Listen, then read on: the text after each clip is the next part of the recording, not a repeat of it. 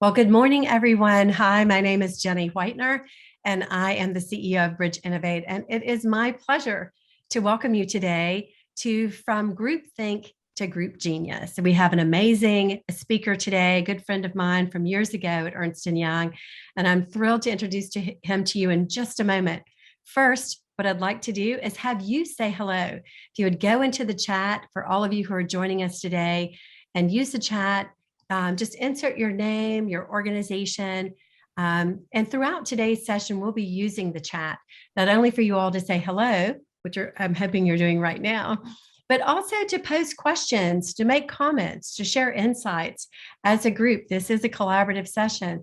So great. I see Carolyn joining in. Thanks so much, Carolyn. And Jeff, welcome everyone to the session today. Danny, welcome. Charles, thanks so much for being here. We're glad to see you. Great. So continue on as folks are coming in. Please do join in on the chat, introduce yourself, and continue to have conversation about today's amazing program. So welcome to our Inspire series. Bridge Innovate launched this program about 2 years ago to bring inspiring leaders to the forefront with their stories on innovation, change, and leadership. And today, on our next slide, we have an amazing speaker with us, Rob Evans. Rob is the co-founder of Imaginal Labs, and he and I met back in our days at Ernst Young Management Consulting together. Rob was the global leader for the Accelerated Solutions Environment, which we all called the ASE, and was really the champion for E&Y and bringing collaboration and accelerated design into the forefront of their practice, launching it to lead major strategy efforts for the Global 100, creating new mergers and acquisition opportunities, all types of bold innovations for the clients of Ernst Young and then later Capgemini as that came on board. He's facilitated hundreds of collaborative, highly successful sessions, including leading organizations of the 43 of the top 100 Fortune 100 companies. So we are very thrilled and thankful to welcome Rob Evans to our session today. Thanks, Rob. Take it away. Thanks, Jenny. That's very kind. I have two questions, one for me and one for you. The question for me is, can I sum up 35 years of this work in collaborative design and facilitation, 5 books and counting, into a 30-minute talk? And honestly, if anyone but Jenny Whitener had asked me to do this, not so sure. Okay. That's my problem. Here's a problem for you. The question is, are your teams the best they can be? And if not, what can you do about it? You see, there's a word for one of the ways groups go wrong. It's called groupthink. Groupthink, and you can read that. You read faster than you listen. It's basically when people get together and do stupid things, which honestly happens a lot, as you well know. And one of the drivers of that is often an unwillingness to stand out, an unwillingness to let one's own voice be heard. So the first voice, or the hippo, the highest paid person present, the hippo, starts off the conversation, and the rest of us go, yes, boss, what he said, what she said. Well, there's an alternative. The alternative is what we call GroupGenius, and it's creating the conditions for groups to surpass the best ideas of any member of the group.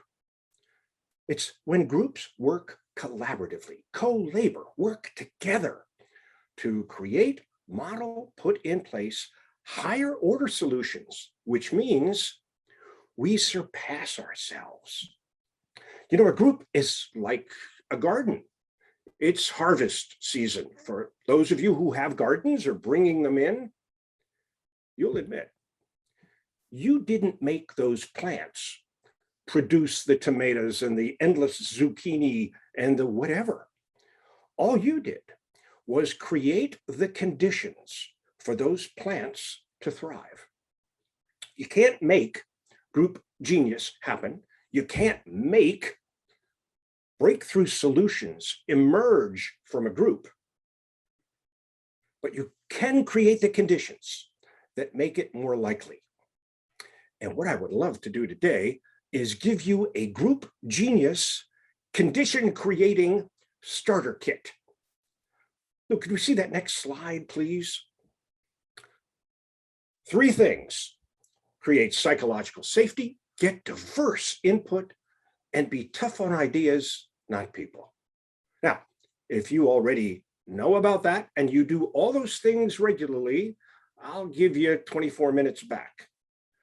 But if not, if you think maybe you, or even more, your teams, the groups you work with, could use a little work on this, well then, stick around. It starts with psychological safety. Luke, could we see that next one? There you go. A lot written about that, including by this wonderful woman, Amy Edmondson at Harvard Business School, and others. The theme has picked up. And what do we mean by that? Well, it's a climate where people are comfortable expressing and being themselves, where they can show up authentically and be truly, fully human. And that's the trick of the collaborative work that I do with my partner, Carolyn, and with hundreds of people around the world. It's we invite people, the most creative problem solvers on the planet, other than the planet itself, we invite them to show up as people, not as representatives of marketing or leadership or service or whatever. No, bring your full humanity to help solve this issue before us, which means they need to feel comfortable sharing their concerns, their mistakes, their not knowing. So think about, read about, work on creating psychological safety, even though it's tough these days. People bring trauma, they bring bias, they bring concerns and issues into every group. We know this, and yet we're able to help them create, maybe if not a fully safe space, a brave space where people have the courage to speak up. Courage from the word core, heart. They speak from their hearts eventually. They often don't start that way. How do we get them there? Let's look at that next slide, Luke. One way is to be vulnerable ourselves. As a group leader, as a manager, as the boss, our own willingness to be vulnerable really speaks volumes and opens up the space for possibility for other people to speak up as well. And that's not all. Luke, the next one, please. Listen more than we talk. That's the key. Good questions are the key. What's longing to happen here? What's really going on? What's hard for us about this? Why did we come together to solve this? Why the big deal? Why do we have to get together in a group or a team and work on this problem? Why didn't we just solve it to start with? What's below the surface? Let's talk about that. Creating psychological safety requires all of us to be willing to say, hey, we don't know. We don't know. We've moved past that old archetype of the leader, the middle-aged, white, straight guy with graying temples and a 42 long suit who may be sometimes wrong, but never in doubt. Follow me. Look, that's way in the past. Thank God. That's behind us. Instead, leaders today learn to listen. They learn to be vulnerable. And they learn another book. This is the last book I'm going to flash. I love this book by Adam Grant called Think Again. Leaders are willing to think again, to reconsider what was the truth, what was the way, what we were going to do last year, pre-pandemic, whatever, to rethink things when the situation changes, to not know what we do next, but to know together, we're going to figure this out. The great economist John Maynard Keynes once said, "When I get new information, I change my mind. What, sir, do you do?" The willingness to change our minds on the basis of new information and to go out and actively seek that new information is a precondition for group genius, which brings us to our next key. Well, on the way, we see, let's go back. That's exactly right. Luke, you're on top of this better than I am. My favorite quote by Mark Twain, reminding us to stay humble, and I'll read this one. "It ain't what you know that gets you into trouble. It's what you know for sure that just ain't so." So being willing to challenge ourselves and what turns out to be just ain't so is a precondition to actually inviting the best out of our teams. And now, Luke, let's go on to that next one. So our teams are best if they are diverse, demographically diverse, from different backgrounds, from different perspectives, from different educational backgrounds, vocational backgrounds. The more diverse the input, the more likely we are to break our own information bubbles. Information bubbles. Psychologists have a word for this. They call it confirmation bias. And we all do it. We all look to the world to bring us the information that confirms what we thought anyway. Okay, well, that's comforting. Yeah, that's great. But possibly very, very wrong, particularly if our teams are not diverse and are likely to see things the same way. We don't get the new information we need for new solutions, new ideas to emerge. So get diverse input, go beyond the usual suspects. And next, Luke. And here's a trick, a good trick. When you get that diverse team together, ask the question and invite them all to come up with their own answer. Say, take out a piece of paper, write this down, write down your ideas, and then we'll collect them from the group. A lot of information confirms that, the research confirms that when you let people come up with their own answers first, you subvert our tendency to get in line like those guys in the first slide and walk off the cliff. We really have the chance to have a dialogue, a deep conversation. But sometimes people need a little time to think about it, even time in advance. If you send out an agenda, for example, send out questions in the agenda or in place of the agenda. We're going to get together at such a time, such a place, such as Zoom, and we're going to talk about this. Here are some questions to think about before we get together. My wife and partner, Carolyn, and I are working with an organization on diversity and equity and inclusion, 400,000 person organization. We do a lot of that work. We sent out questions to our small sponsor team, the organizing team. We sent them out in advance. We also sent them a box to assemble and a couple Sharpies. There were 5 questions. Each question got its own side of the box, And then when we got together, they went into small groups and shared what they wrote, sharing their perspectives, and then hearing, following key number 1, listening to each other, listening to the perspectives, and developing a common view. I mentioned 5 questions. What do we do with the 6th? Well, we had them in 2 minutes do a self-portrait, and we all shared that as a way of getting the creative juices going.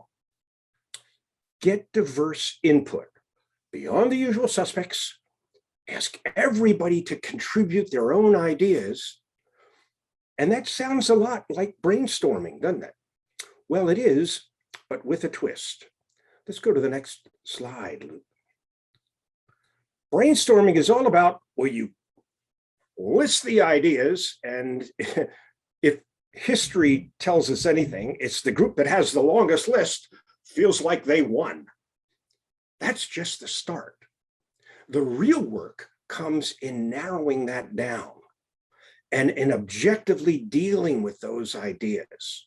Objectively turn them into an object, put them out there on a whiteboard or a flip chart or on Miro or Zoom or Google Docs or whatever. Put them out there so we're looking at all those ideas, and any given idea is divorced from the person who suggested it. It's not Jenny's idea or Daniel's idea or Noah's idea. It's an idea. Let's consider it. Let's think about it. Let's combine them. A lot of those ideas look similar. Pull them together. What is that? And then let's beat the heck out of them. Let's be really tough on the ideas. Next slide, please, Luke. Because creativity is the process of eliminating options, opening things up. What could we do? That's wonderful. It's an important piece. It's an important piece of any design process, the divergence piece. But then eventually we have to do something. The eraser is your friend. What are we going to do? Of all these things we could do, what do we have the heart for now? What do we have the resources for now? What are we willing to plan? And what are we willing to be wrong about? Because we've got to do something. This looks like our best shot. Some years ago, I was working with the senior team at Lufthansa Airlines, and the marketing guy looked at his team and said, "We are currently the best paid debating society in Germany. I'm tired of this. Don't argue, test." Oh, I love that. That became one of my patterns on how you do this work. Don't argue, test. If we think this idea is a good idea, well, what needs to be true for it to be a good idea? Is it true or not? If we don't know, how do we find out? If we think this is a good idea and ABC needs to be true for it to be a good idea and C isn't true, next, it's not such a good idea after all. We also know a lot these days about prototyping. Put the idea out there. Why do you do that? To get feedback. To get feedback on the idea that then you listen to and iterate the idea and make it better. Ideas aren't sacred. They're just a step along the way to where we need to be to really emerge the solution, evolve the solution, create the solution that we came into a team to find. Well, there you have it. 3 keys to creating GroupGenius. There's actually a lot more, but we can stop there.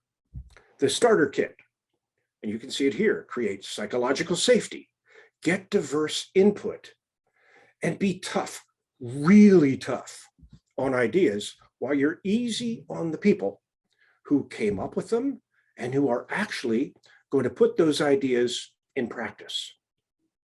Because here's what happens when you involve people. When you involve them and they're their ideas about their organization, their future, their clients, the communities they serve.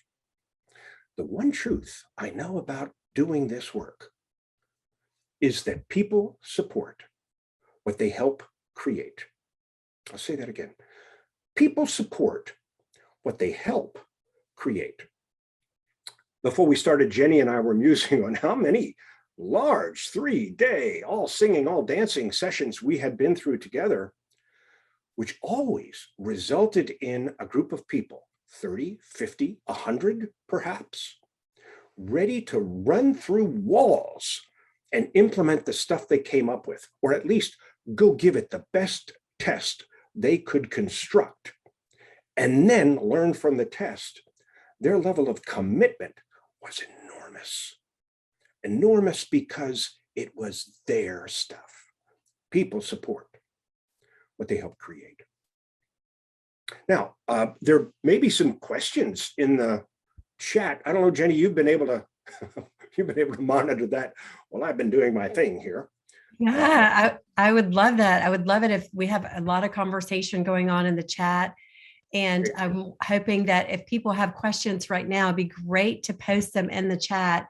And as we get started, something, Rob, that comes to my mind, you talked about the leadership, the leader's role and sort of facilitating or sponsoring, championing GroupGenius. You talked about the move away from the hippo kind of role to one that's more vulnerable, one that's really open to listening. How do you work with executives who may not totally get that? How do you open a leader's mindset about this shift so they can actually sponsor and champion GroupGenius? That's a great question.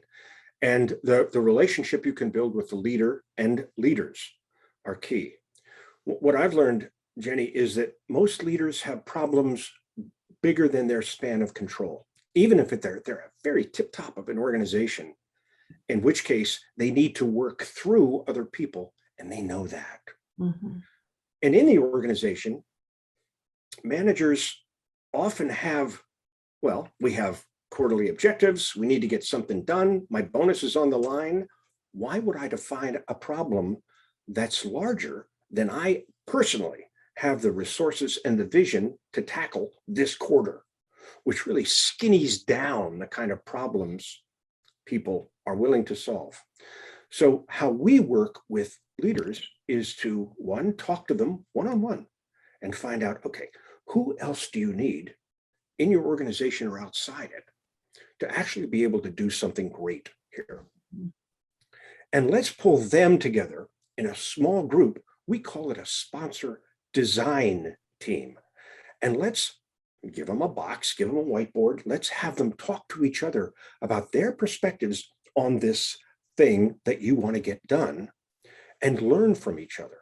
Mm-hmm. And usually that session ought to be about a half a day at least. That session is so productive of insight and new ideas that it really, really argues, well, now this works, and let's see who else we need to really solve this. Okay. So having that sponsor design team sort of bring them together, spend time with them and get the project appropriately scoped and the kind of the rules of engagement, this new leadership mindset focused. Okay, there's some more questions coming in. Have you got a few more minutes? Absolutely. Okay, so one question coming in from Jeff is that, can you discuss some techniques to handle problems with participants, quiet participants or overbearing participants? How do you moderate that? Oh, that's great. And that's where you get the big facilitator bucks, isn't it, Jeff? I wish they were bigger bucks sometimes, but that's where you earn your money. Okay. Well, the quiet participants, in my experience, look, the research says half of us are extroverts. We don't know and I'm one of those, we don't know what we mean until we hear ourselves say it. And then the other half of us are introverts who really need to think about things, who want to ponder it, they need a longer runway to take off before they're willing to participate. Zoom or Teams or whatever you use is relentlessly staccato. It's designed for extroverts, it seems. We need to slow it down and give the introverts an opportunity to step up, which they will do. To use a process where write it down and then we're going to go around the group and everybody suggests one of these things you had time to think about and write down is a way of inviting people in. Good. And it also helps quiet the yacky ones who you can't shut up. You know what? We've heard from the same 4 people for the last hour. So I'm going to ask you for the next X amount of time. If we've heard from you twice, hold your fire and listen. Right. So I'll step in I'll make up a rule like that. Mhm. to invite other people in, and then I'm willing to wait Right. a You have to be willing long to wait. time. I have been in your sessions where you've done that. It's masterfully done, I can say. There's a question that came in about diversity Yeah. and sort of how the context for that. Can give examples of, of bringing in diversity and asking managers also to be vulnerable about how they engage with that. Yeah, that's great. This is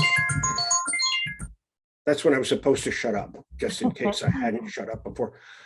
So diversity is most obviously ethnic, demographic diversity. That's what we think of initially, and that's very important. And we still have such a long way to go there. We're talking about gender diversity. We're talking about ethnic diversity of every kind. Many organizations still have miles to cover to get that right, particularly at middle and higher levels of the organization. So we need to be patient with that, but we also need to recognize that if we look around and everybody at our level of the organization looks like us, we're not getting the input we need. And we need to think about how we do that. And there's diversity of background, diversity of perspective, but I don't want that to override the importance of demographic diversity, Right. gender diversity, all the ways in which we divide ourselves, and organizations are more simpatico for people who look like me than people who look otherwise. That must change. And the people who look like me in the organization need to reach out and take the first step and make room and give time to people who look otherwise. Right. I know in some client organizations where they haven't been able to identify that, we'll talk about bringing some people in from outside their organizations as provocateurs, and bringing that diverse perspective in. So, well, great thoughts coming in today. I know we have just a few more minutes left. I want to bring up, Luke, Rob's slide around his book series, and I want to just brag on him. I've got this great collection in my library now, the Collaboration Code. If you are a facilitator, if you're leading bold innovation and strategy sessions, this is an amazing series of tools, techniques, case studies that will help enable your practice. I spend a lot of my quiet time reading through these and being inspired, and actually having a lot of wonderful memories of the sessions when Rob and I were together at the ASC at Ernst Young, because I can see that reflected, that amazing work reflected in his book. Any shout out that you would give us, Rob, about the books? Well, the books are really intended to be what we know so far. What we know so far. On my desk over there, I have a metal piece of thing that climbers use called a piton that they jam into rock faces, and then they thread their climbing rope through that. So if they fall, they don't fall too far. These books are a great statement of what we know so far about doing collaborative work. And I'd love it if you bought the books and join the conversation about what we do next. Good. What's possible now that wasn't possible when Jenny and I launched this thing some years ago called the Accelerated Solutions Environment. The world's changed, new possibilities exist, and we're counting on you to help figure out the next chapter in what collaboration and the creation of GroupGenius looks like. Great. Thank you, Rob. So exciting. It's been great to have you here today. And thanks for all the insights. We have so many other things coming up in our Inspire series. We have actually a Foresight Scouts cohort program coming up August the 12th. We're going to be closing registration coming up next week. But if you're interested in the democratization of automation and want to explore AI, blockchain, all the aspects of automation and what the implications are to your business, join this think tank group. They'll be working online across 6 sessions. It'll be really fun. We also have Michael Baskin joining us, an innovator in the government sector. He is very thoughtful. You'll enjoy working with him. And then our student competition, the future of home, the awards program coming up November 18th for a program called Bright Spark. It is a free invention challenge that we run for students. We have over almost 300 students from Egypt all the way to Metro Atlanta joining in this year's session. If you'd like to see some of those big invention, join us for the awards program and hear from the designers who are evaluating those submissions. Great to see you all today. Look forward to seeing from you again and another Inspire series. And thank you, Rob. Fantastic to see you. Thank you. Great to see everybody. And I can't wait to read what you put in the chat. Okay. See you soon. Bye, everybody.